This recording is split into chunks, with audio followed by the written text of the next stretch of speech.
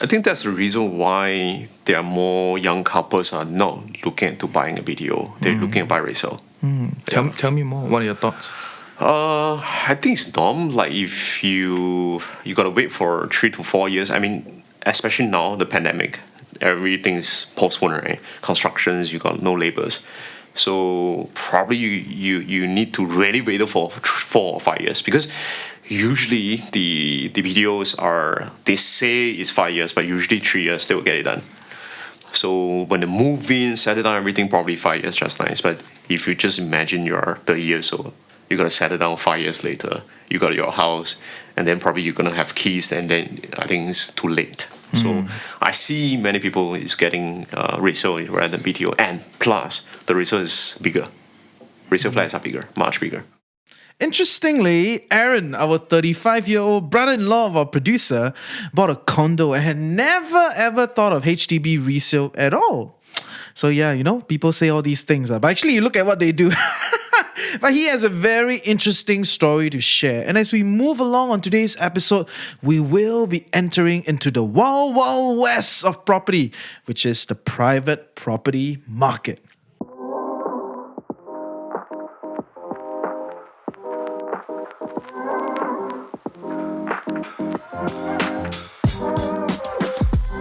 We will be exploring his one-bedroom condominium, aka your bachelor's pad, his thought process behind it, and how things change after he settled down. But I would say he is probably not as rigorous as Brendan from last episode. Some would even say, this guy a bit like anyhow buy, I'll let him share more with you about his first purchase. Okay, so I think at the time I was single for quite some time, and How old were you? maybe 27 years old. So single, stable jobs, and no commitment. So I was thinking, why not? I just get a property, and so I bought my first property located at Tampines. The name is Santorini. Yeah. So just one beta. So that's probably I can afford at that moment. So I'm not very particular about the location and everything. So I'm just first is confirm my budget, how much I can afford, and then I will look at the locations. I prefer those quiet area, and I like to have some like greenery and water around. So it just happened to Tampines Quarry is there, and the opposite is a block. So and I look at the show flats, everything seems okay, and so I just decided to went for it. Yeah. Did you make sure you check out how much mortgage you can get first before you go for viewing? But yes, before we move along on this story, clearly I'm sponsored this season, so I must ask, did you look for a mortgage broker? Season 2 of Coconut Avenue is sponsored by Mortgage Master. They are a mortgage broker in Singapore with access to the lowest unpublished housing loan rates offered by the banks and financial institutions. Check them out at mortgagemaster.com.sg. But jokes aside, okay, I think almost all the experts on the show agrees that the first thing we should do is to check out how much mortgage we can actually get before embarking on a hunting process. They all say, Yeah, so I think the important part is how much cash I have plus how much CPF, right? Cash plus CPF, and then we work backwards. So how much? Then I'll talk to my friend, which is a property agent, help me get the secure this unit, and she introduced me a mortgage broker to let me know how much I can afford. So then we decided to go for this development. Okay, so you essentially went through this process of hunting first. Yeah. Then you go and look for. Then you try to verify whether you can actually afford this. I assess myself how much I can afford. Then I look for property. It's not property, then how much I have. Great. So why do you only look at cash and CPF first, and instead of going for a full-fledged kind of evaluation of like how much mortgage you can get? Because cash and CPF is what you have, right? And then you go to the mortgage guys or you go to the bank or whatever and then they will tell you, okay, this is the maximum amount that we're going to give it to you. Yes, in a way it's correct, but still I have a budget, right? So for example, I think I have around only 200K or something combined. So I need to work with this amount. Yeah. So again, it's back to the root, how much money I have. And at least we understand the base. So the broker able to assess my income, then they can, okay, you can afford this amount. And then we just look for the property. Yeah. Okay, so in that sense, with 200,000, you went around hunting for your first property, right? Yeah. Why?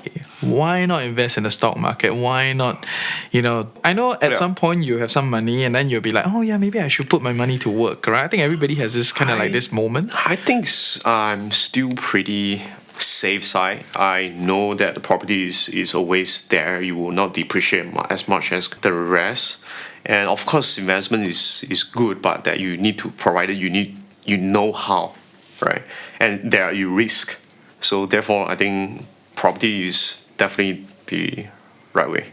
That is a big statement. Property is the right way. Personally, I felt. I mean, of course, the others might not agree with me. Yeah. So can you walk me through a little bit of your thinking? Because you're saying like, property will not depreciate, it's safer. Yeah. But I don't think people invest to like not depreciate, like people invest to make money. Yes. Right. So yeah, walk me through that. I was single, right? So I'm just buying Young for and my, wild, is it? That kind of idea. Single, yeah. young and wild. I got some stable job. Let me do something crazy. So again, single. So I just buy for my own stay. At the same time, it's like forced saving.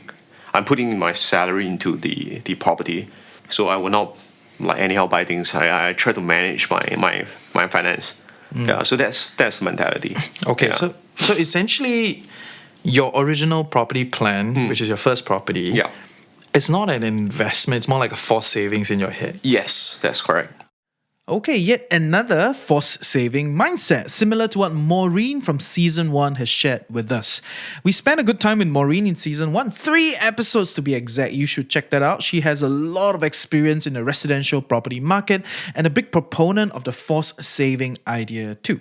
But I will challenge the idea of property being less risky than the stock market. I mean, this is a statement that's been excessively used and very blanket, and I think everybody that used this statement are trying to sell you a property. But okay.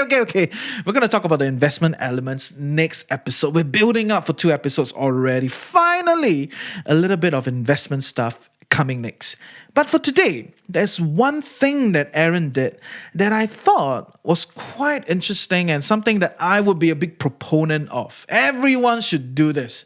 And I'm going to let him paint a little bit of color on the size of his property, his 1-bedroom apartment, to kickstart this story. It's about 500 square feet. So that's including the balcony.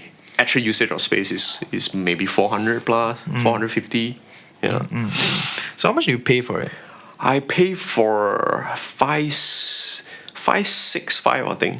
Very expensive, right? Oh my goodness. Yes, welcome to the Wild Wild West of private properties. With the dual track property market in Singapore, I can understand why private properties are priced this way. To be fair, HDB is heavily subsidized. So let's put it the other way. Instead of saying private properties are very expensive, the other way to look at it is that HDB is a state-run housing policy that makes housing more accessible and affordable to all of us. Okay, technically, not all of us, Not yet, at least. I want to use this platform now to rally all you single people listening to the podcast. Let's come together to exert some pressure on HDB to expand single scheme, to expand the kind of access that we all can get even if we stay single for life. And of course, to some of you, it is okay. The rules are like that. We play along with the game. So Aaron was one of them. After having a stable job for quite a while, in his late 20s, he's accumulated 200,000 to 300,000 and he's bought his 1-bedder condo. And I want to know, how is his buying process like? First, I just talked to 2 of my agent friends. I love this. Exactly what I love about what Aaron did. Always shopping for experts. Do not jump into the first person you get. Because, one is lady, one is guy. So they have different perspective of getting a property. And then both of them is pretty new.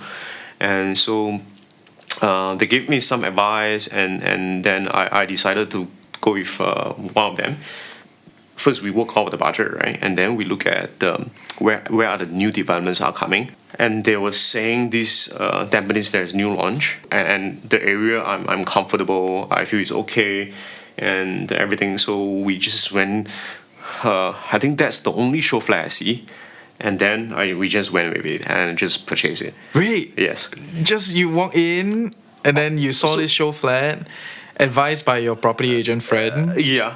and then you just Yeah. So we it's yet to launch. Okay. So my friend was telling, probably you want to see this property, and then this is coming next week or the week after. So we just wait for the launch, and then we go in and we see the show flat. Seems nice within our budget, and then it's like VVIP deal because we are the first to go in. And the funny things, I didn't know that even condo also required to ballot. and the funny thing is, when I say, okay, we just go for the flat, I got no numbers, So eventually, like, me and my friends say, shit, like, okay, forget it. When we walk out, and her colleague was telling, hey, there's some buyer withdraw, and this is a pool facing, and then it's an 8th floor. So would you want to take this unit? I said, yeah, please, let's go with it. Because it's pool facing, 8th block, it's high floor, so it's nice. So we just went with it, and then we just purchased it. Yeah, okay. Quite straightforward. So you didn't go shopping? No. Why? You buy house macam buy underwear like that. Just go in only. Okay, I know this one. This is what I want. Let's just Even go. my second property, I just see two. So I know actually. What is your thought process? I really don't have much thought process about the first property. So it's just like, okay, within my range, okay, let's go with it. That's all. Really? Yes. Okay, so is that based on trust of a friend or? I trust, even she's new, so how can I trust her? Exactly. Right. So, but we just go with feel. When we walk into the showroom, we feel okay, then we just go ahead because. Ultimately, I'm the one who making decisions. No one can influence me, right? So I will buy. So I walk in, I see the show flat, I feel it's comfortable, and then I look at the block that I'm facing is in front of a pool. So I never think much. I feel okay, just go with it. Yeah. This will go I'm very decisive, so I don't need to listen too much about what people say. As long as I feel good, I'll go with it. I will never change my mind. So what were the core tenets? You wanted to save money, you wanted to get your own property. Yeah. And this is your budget. Yes. And you like the place. Yep. And then you buy. Yes. That's just how it is. Yes. But okay, that is as far as I go for liking Aaron's property purchase. I think he provides a different perspective for some of the property buyers out there. I would say between Aaron and Brandon, I'm somewhere in between. I'm the kind of person that will shop for advice, shop for property, have a clear metrics of what I'm looking for before making my purchases. Why can't people just walk into the showroom, sign up, and okay, buy, let's sign, let's get it. Macam buy underwear, huh? Okay, maybe he has a very big discount because he's a VIP, right? At a pre-launch. Not that much, but maybe like 20K or something. And when we confirm the unit, we just need to place an option to purchase or something, and then drop a check to them. How much was that? I can't recall 2 or 3%. I'm not sure.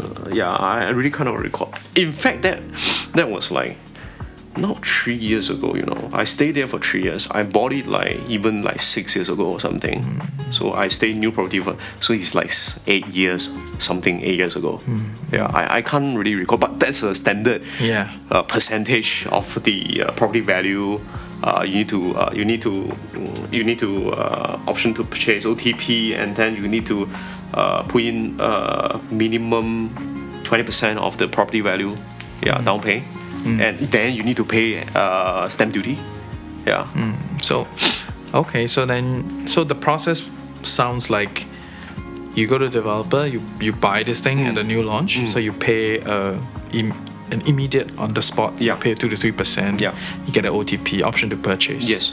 Okay, so that's a deposit. Correct. And then after that, you have a 14-day time period. Is that kind of how it is? And then you come back and pay the 20% Correct. upfront. Oh, yeah. You know, of the down payment. Yeah, I think so. Yeah. Okay, to be clear, different developers will have varying requirements given different phases of the development and the sales incentives to push the property. But the ballpark is there. If you're interested in a property at the condo new launch, you place a deposit of 5% of the total value, which includes option fees, booking fees, all that stuff. So do check the breakdown because there is the penalty embedded within if you do not exercise your options. I know that's not our goal, when we sign the property, very likely we want to get it. But the reality is that will be our minimum loss given a change in the situation or our decision-making process. With that, you are issued an OTP, which by now you should be familiar with. If you decide to exercise the option, you pay an additional 15% of the total value and stamp duties, aka your property tax. A few more interesting things to note is that you can actually use your CPF OA for private property purchase. So yes, you can do it. But because the legal minimum for new launch private property is 20% in total down payment, very likely even after you empty your OA between you and your partner or even on your own, you will need to fork out everything else in cash. Let us not forget that your maximum mortgage that you can get for any private property is 75% of the total transaction value. So calculate and see if you can do it. Also, I think it'll be better off if you get your AIP from your mortgage specialist. AIP is Approval in Principle, also known as Letter of Offer. In other words, it is a bank's written agreement to loan you a certain mortgage size, especially when you're shopping in the private property market where developers have no social incentives to quote-unquote take care of you. If you make a mistake, you will be penalized as written in the contract. Let me give you a vivid example. Within your first payment to the property developer in the form of a booking or deposit fee, there is a component that is vividly stated as options fee. Whether it's 1%, 2%, 3% of the property value, if you choose not to exercise that option, that means after you've got your OTP, you decide that, I don't want to do this, I'm going to halt it here, the whole option fee is readily forfeited to the developer, period. So you get your mortgage sorted out first, okay? Also, I know this season is focused on us, the first-time property buyer, but I think Aaron's next property is an interesting discussion because from that single bachelor one-bedroom to getting married and potentially having a family, I believe there are changes in the way he thinks, his goals, and I'm gonna get him to continue to share with us his selling process to the psyche change to the next property now that he's married. A lot of funny stories going forward.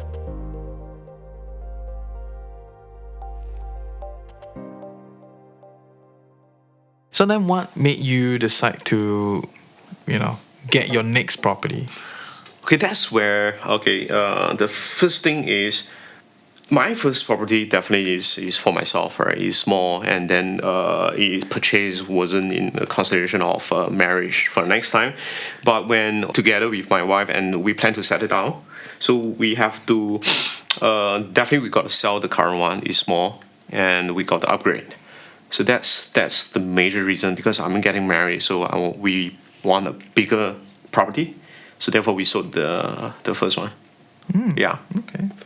Fair, right? Now the kids have to do all this kind of stuff, right? Okay. Correct. Yeah. So then, how was that process like? Because you're very straightforward to the point. You want to just get it, right? Yeah. But now you're married, right? Yes. It's a different discussion altogether. How was it like with your wife? Okay. Again, the property was under my name. So everything is decided by me, right? The first property. So I just tell her that we need to sell. So we just again ask back our friend, like the lady. Same friend. Yeah. Okay. So she just put the property quite some time, 1 year, and on list. Oh, it was up on listing for a year. Yeah. Okay. So we asking price was 650. We are listing at 650. And Wait, your purchase price was 650. no, 565. Yeah. Okay. Yeah.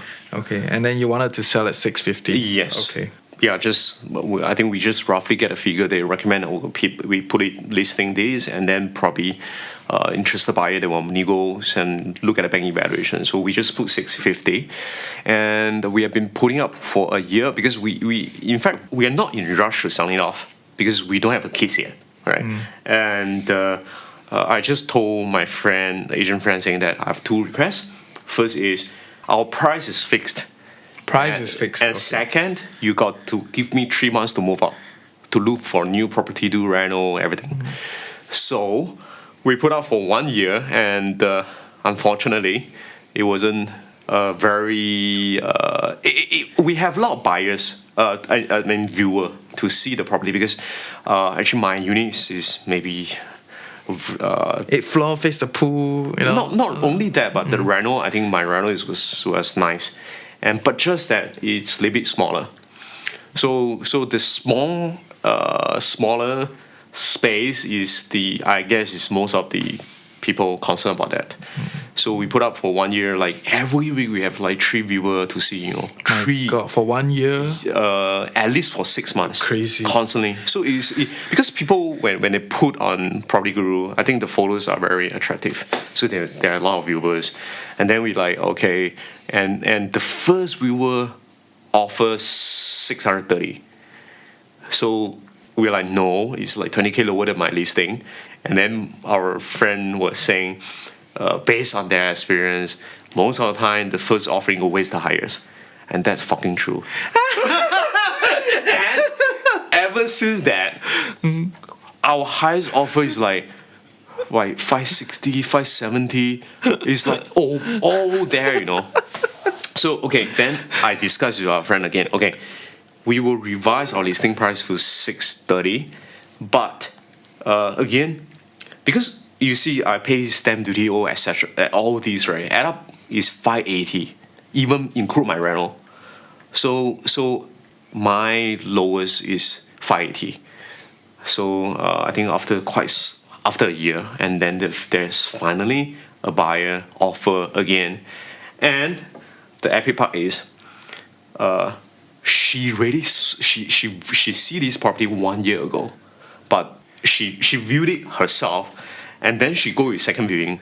She brought her parents, and then the parents were saying, it's really meant to be because you saw this property 1 year ago and you never see any property that you like, and then you come back to here, and so it's meant to be. And then she's single, and she went in the bank, and I think she also not in a rush, so she agreed with that, providing us 3 months to move out, etc. Everything was very smooth transaction. So we said, okay, just go ahead, and that's how we sold the first property.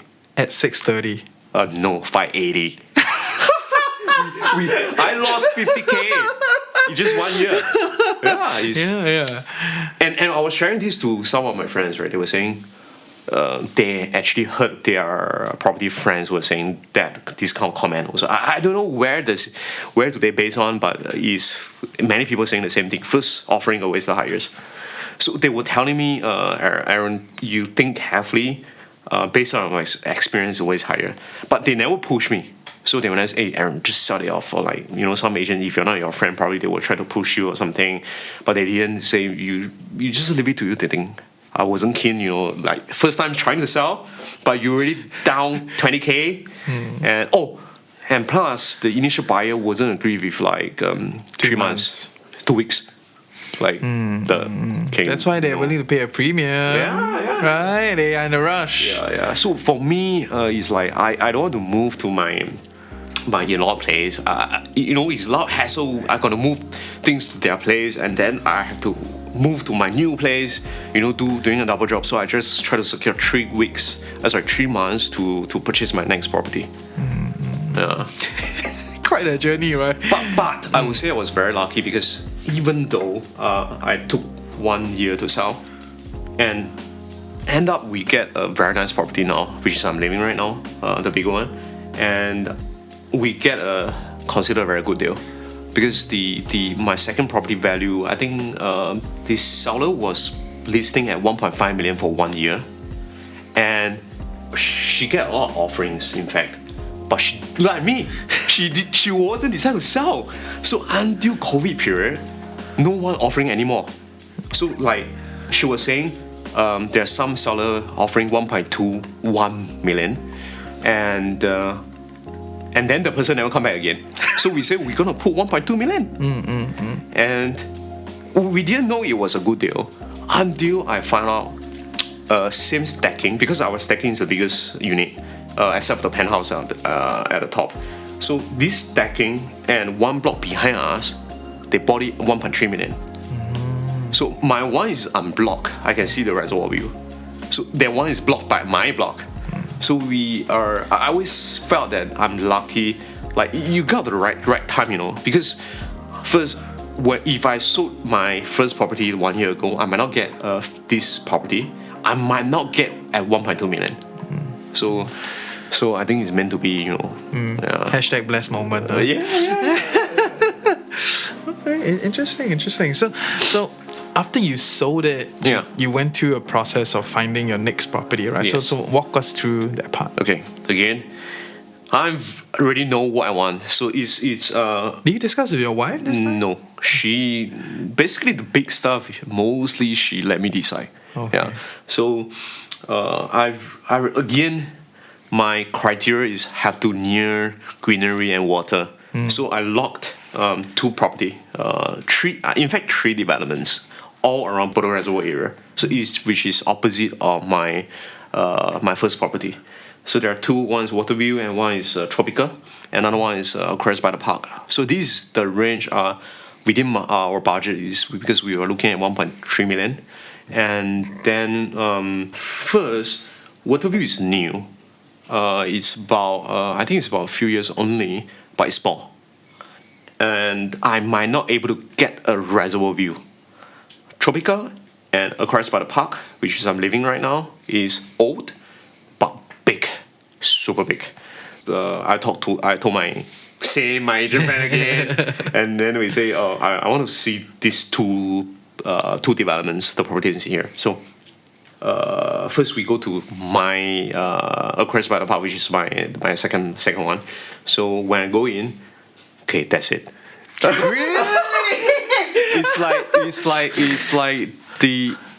It's super big. Layout is very good, and I got unblocked reservoir view, and the development is very big. And although it's 20 years old, I feel still well maintained. So this property, Tropica and Aquarius by the Park, although it's both 20 years old, but very well maintained. Even the pool and then the environment is just like is very different from the new developments. It's like relaxed and big pool, super big pool, I would say. And then there are a lot of facilities and most important basketball court. So that's one of my requirements, that I want to have a condo with a basketball court, which is rare to find. Tennis court, yes, but basketball court is very rare. So what happened to Usually they cut one corner and they put one basket down there, right? It's not like a full-fledged. Yes. Although this is half court, but still good enough. So Waterview and the Aquarius by the Park has it.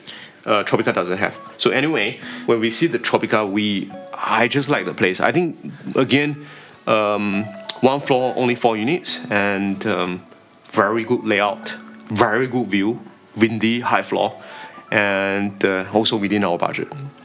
So I went with my wife and my father-in-law, and then I was like, after I view, right, I say, I'll buy this, and my wife like she's a bit lost because she also doesn't have experience to buy a property, and I was telling my agency, let's go for it. Then I secretly say, let's prepare the check, but then she said, okay, we just for the sake of see and alternatives, so we just go to Tropica to take a look. For the sake of alternatives. So we finish here and we just directly go to the next property to look. And again, it's very nice, well maintained and developments, and most importantly, this is a very good feng shui. Feng shui. I don't believe feng shui, but many people say this Tropica condo, they say is a very good feng shui place. Shout But out to Tropica. Yeah. Anyway, so we go to see the unit and it's top floor. Nah, because I feel top floor is very hot. It's sun, or if any water leakage, we have problem. So, and plus the layout is a bit awkward. So, anyway, my house is really my first property. Yeah, like you biased already. Yeah, and even my father-in-law was telling my wife I think Aaron really decided. He at that side he had no heart to see the second one. So then my father-in-law told me, I said, yeah, actually I don't want to see already because it's really right. Some of you probably having a good laugh. Some of you be like, yeah, that's me. Some of you be frowning like crazy. All that aside, I'm pretty sure you can tell Aaron's personality when shopping for property. Really, macam shopping for underwear, huh? But I want you to remember the big question mark he has. Why is it that the first offer is always the best offer? Note that he wanted to sell the property right after 3 years of occupancy, which is the first time when a condo can be sold without any seller stamp duties. Private properties have no MOP, minimum occupancy period, before you can sell it. But if you sell it within the first 3 years of occupying that private property, you get seller's stamp duties ranging from 12% to 4%.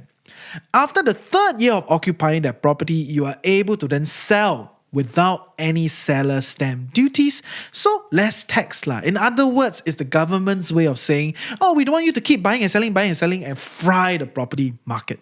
We will answer this big question in next week's episode as we dig deeper into the investment aspects of residential property. I know, okay? We are homeowners here. We're not property investors. We're not here to make the big bucks. But I get it. Many of you are thinking about it. Like, somewhere there, it's not a central idea, but it's also an important aspect. Maybe, I can make some money. So it matters when deciding properties, especially the mid to long-term appreciation potential. So I will see you next week. Take care. Exciting, right? Finally talking about how to make money.